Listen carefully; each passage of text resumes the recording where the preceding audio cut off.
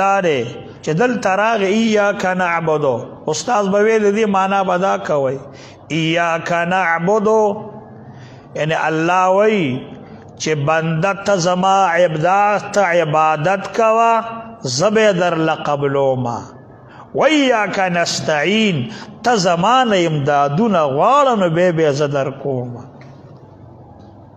ایاک نعبدو څه مطلب دی رب بنده ته زما عبادت کوا زبه در لقبلو ما او به ته زمان غواړه زبه در کوم کن او دیزه که با قولو مقدری خواه چه مقدر ده قولو ایاک نعبدو و ایاک نستعین لازم که گوره بعضی وقت که پا دی اشکالو نخلقو کردی دی پا سملو که دا کابل پا سملی که یو ظل یو کمینوس اعتراض وکو چه منگم مولیانیو دی وقت که خو مولیاتو باسان دی ارسلی مولیانی لکه نن خلق خبرې کوي وي هر سړی مولا دی نن هر سړی ناپوهه دی دا عجیبه دور ده یو عالم هغه زمانه کې په اسمبلی کې و ای ورته ویې چې ته مولا یم په نه تپوس پته ولګي چې مولا یې که نه هسې دعوې کې اسمبلی کې ته مولا آسان تپوس در نه کوم چې تی او موږ یې په مونځ کې روزانه وایو خدای وی ایاک نعبد و ایاک دا الله د چا عبادت کوي او الله د چا نه مدد غواړي دا خدای قول ایاک نعبد و ایاک نستعین بس چې دی ورته ویل فبهت الذی کفر سړی حیران اوس څه وی رب د چا عبادت کوي رب د چا نه مدد غواړي بس ځلې نه یو دوه خطا شو ماوی مولی توب کده چه آسان کار وینو اسملی که آوازونه که منگم مولیانی زمیدار دی آواز کی چه ارسلی مولیانی چار صدق یو استاز وفات شوی دی اگه باویلی یو سلی رانا تپوسو کو چه استاجی ورن ارسلی مولیانی مای صحیح تپوس بتی وکو بسم الله که دا اللہ سو نامی دی بدی امین سپی چه بسم الله که دا اللہ سو نامی دی وی ساڑی اغلیش مای دغه خود علم دی چې فقط بسم الله کې ته د الله نامی یادی نه دی سو نامی دی او نن ارسلی مولا دغه وجه مفسرین ویل ته قولو مقدر دی قولو ایاک نعبد اے بندگانو داسی وایه ایاک نعبدو قولو ایاک نستعین دلته څه شی مقدر دی او فایده کې پوښوي کنه دا د اعتراض جواب دی دا کتا سمانه سوک دا خبره پیش کی آجی چې الله د چا عبادت کوي الله د چا نه مدد غواړي ان الله مونږ ته وایي قولوا ایاک نعبد و ایاک نستعین مونږ د الله نه مونږ د الله له عبادت کوو او مونږ د الله نه مدد غواړو بیا اعتراض بل هغه اعتراض داره چې یاره مونږ خو د بندگانو نه کله کله سوال کوو تا ته وایو مړه سیکل راکا تا ته وایو لږ چای را باندې وسکه او تا ته وایو مړه د غرمې روټۍ خو را باندې وخوره که او مالا دا کارو که دا منډه راله ووه او دلته وی الله و ایاک نستعین دا د حصر دپاره دی تخصیص دی نو عالمان د دې جواب کوي چې استعانت دوه قسمه دی یو استعانت دی په ما فوق الاسباب کې یو استعانت دی په ما تحت الاسباب کې ظاهری اسباب او ذرائع یو دا دی کې مدد دی یو هغه شیز کې چې ظاهری اسباب هیڅ ذرائع نه وي د دې مخلوق نه چې سوال روا دی دا په ما تحت الاسبابو کې دی څه شي کې دی دنیوي اسباب دی ظاهرا دا ما تحت الاسباب دی چې ظاهری اسباب نه وي دغه سوال فقط د یو الله نه دی دا چا نه دی الله نه دی دا غیر الله نه دی. بل دا چې دا مخلوق چې کله سوال کوي نو د دې سوال د دې مخلوق کې دا خبره پراته ده چې کله زه به الله نه سوال کوو نو عقیده دا چې الله په دې کار قادر دی، الله د دې کار د کولو مختار دی، او الله رب العزت ته سمانع نشتا، او مختار دی، او قادر مطلق دی، او مؤثر دی، اغا علت دی، اغا مؤثر حقیقی دی. وردغه خبرې به د بل چا په باره کې نه کې چې دی قادر دی او دی قادر مطلق دی او دی مختار دی او دی مؤثر دی په دې کار کې. دا خبرې بنده یو نشي کولی، او که چېرته د بنده ته د دا عقیده پیدا کړه ده ګوره بیا به خطرناک وي، بیا به څه شی وي، بیا به قابل د خطرې والا وي. خجی دین رسته وی اهدنا الصراط المستقیم، اے اللہ منگتا اخایا نیغ لارا. نو دی زیبانی اول سوال دارے چه اهدنا الصراط المستقیم دا خو نبی کریم علیہ السلام هم مانزکی ویل، او زمان پیغمبر تا خو اللہ لار خودل لکنا، نو چې دا لار وته الله خودلی دا نو بیا څنګه وی چې اهدنا الصراط المستقیم.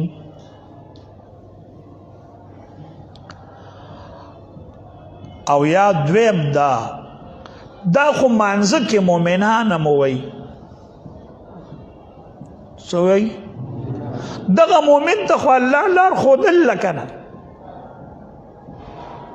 نو چې دی مؤمن ته الله لار خودلی د دې ته خو بیا منطقیان تحصیل د حاصل وی. ایته بیا څه وی؟ او تحصیل د حاصل ګوره جایز نه دا باطلی. تحصیل د حاصل ولی باطلی؟ دا مستلزم د اجتماع د نقیضینو لره، اجتماع د نقیضینو باطله ده. تحصیل معنا یو شی نوی حاصلول چې تا ته حاصل نی. منگوی دا زما د تعلیم زمانه ده، نو تعلیم کوم دا غشیز چې کوم شی نه پیژنم ما ته یاد نه دی، د هغې تعلیم لراغلیم.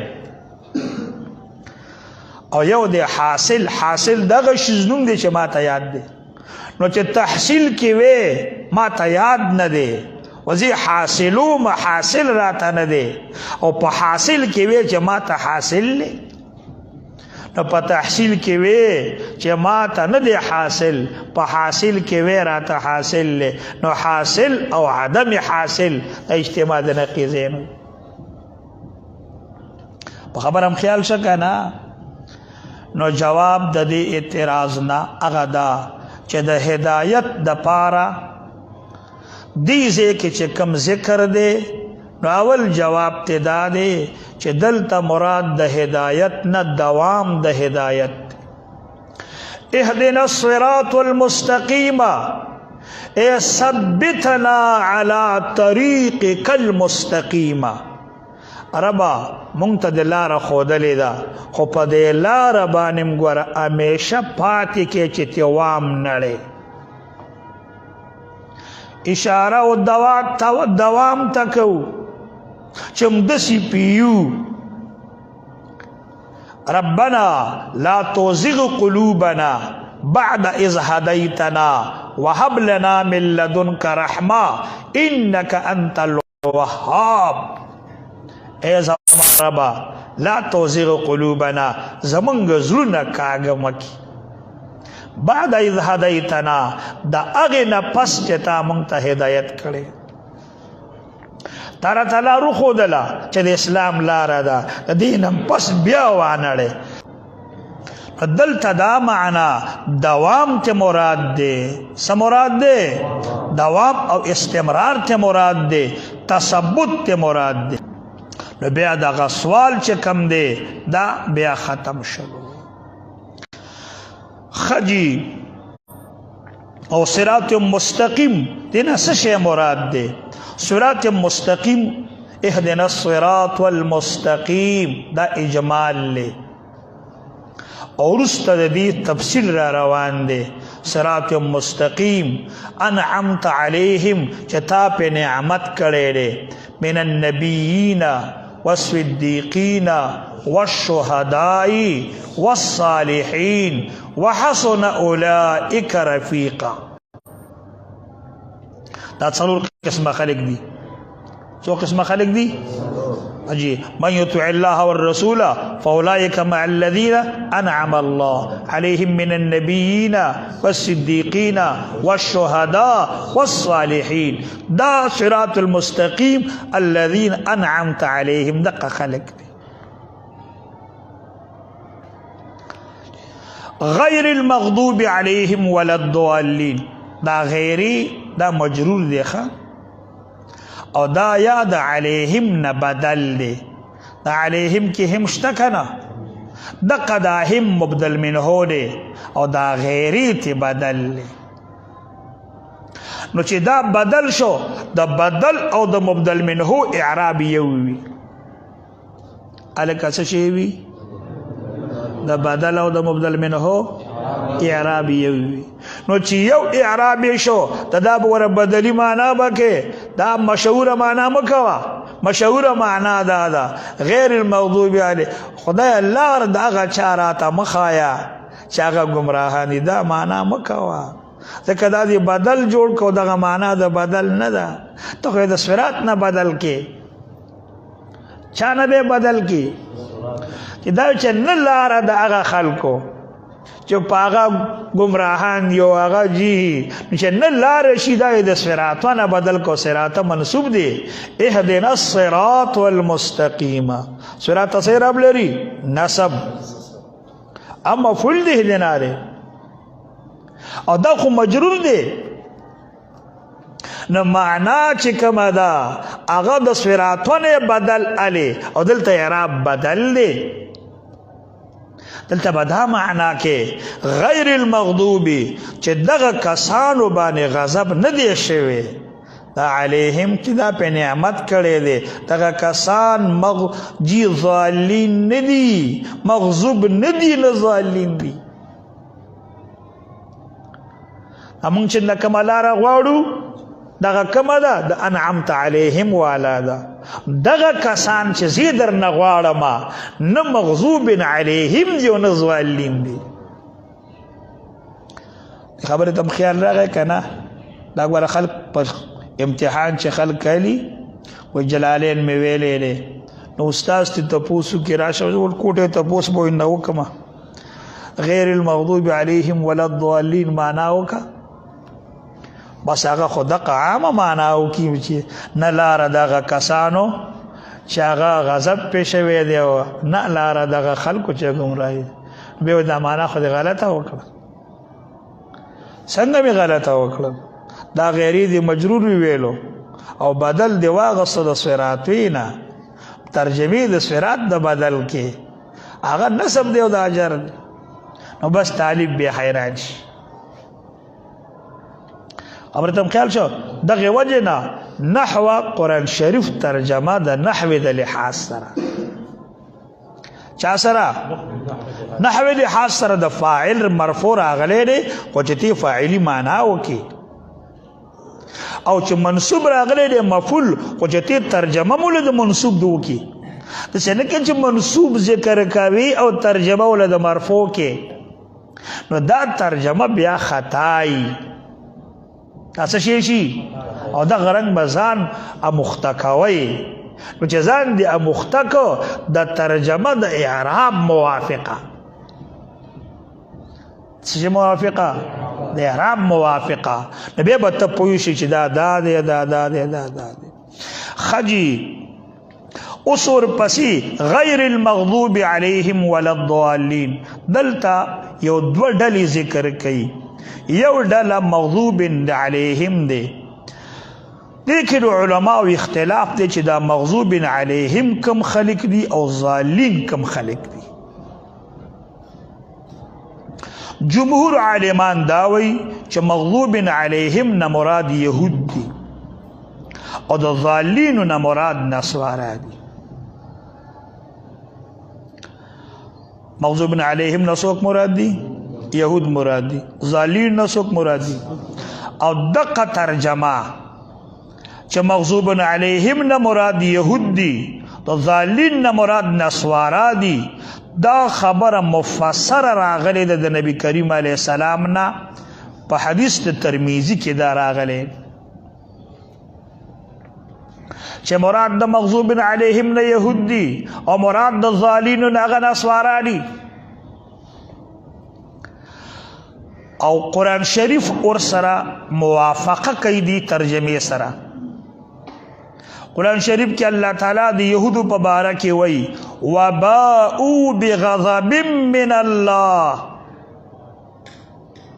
وباءوا بغضب من الله، دا د غیر المغضوب معنا ده. بغضب او مغضوب، مغضوب صيغه د اسم مفعول ده او غضب مصدر ده. او دا د سوره بقره آیات ده، 1 نمبر آیات ده. راواړه سوره بقره کې خجی 1 نمبر آیات لومبنه پاره ده سوره بقره. د آیات من د دې زینه ده دا فإن لكم ما سألتم وضربت عليهم الذلة والمسكنة وباءوا بغضب من الله ذلك بأنهم كانوا يكفرون بآيات الله ويقتلون النبيين بغير الحق ذلك بما عصوا وكانوا يعتدون. پیدام کو دا د یهودو بیان دی، یهودو قباحتون الله بیانی او د غضب بیان پکې راغی. معلومه شوله چې دا حدیث د ترمذی کې راغلی دی. قرآن شریف د دې موافقه ترجمه کړې ده. دا د جمهور مفسرینو رایه ده چې د مغضوب نه مراد دا یهودیان. خجی او د ضالین نه مراد نصارا دی. قرآن شریف کې الله وایي د نصاراو په حق کې وقد ضلوا من قبل وضلوا عن سواء السبيل. دا سوره مائده ده او 77 آیات راواړوي. دا د آیات اخرنۍ حصہ ده. قل یا اهل الكتاب سوره مائده 77 آیات ده. قل یا اهل الكتاب لا تغلوا في دينكم غير الحق ولا تتبعوا اهواء قوم قد ضلوا من قبل واضلوا كثيرا وضلوا عن سواء السبيل. هذا نصارى وبيان پوښي په خبرو باندې کنه.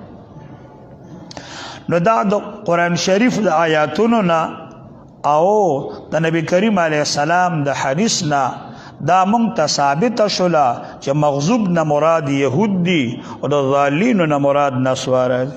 دویم قول پکې دا دی د جمهور د رایه.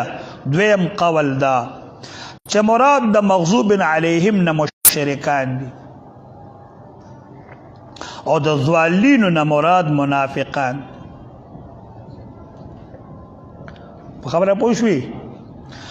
او دوی بعض مفسرینو دې ته ترجیح ورکړله چې مراد د مغضوب نه مشرکان دي او مراد د ضالینو نه منافقان. هغوی وایي سوره بقره کې دغه طرز په ترتیب دی. اول د انعمت علیهم بیان دی، الذين يؤمنون بالغيب ويقيمون الصلاة ومما رزقناهم ينفقون. بياو إن الذين كفروا سواء عليهم أأنذرتهم أم لم تنذرهم لا يؤمنون. هذا مشركان بيان. بیا وی ومن الناس من یقول آمنا بالله وبالیوم الاخر وما د منافقانو بیان.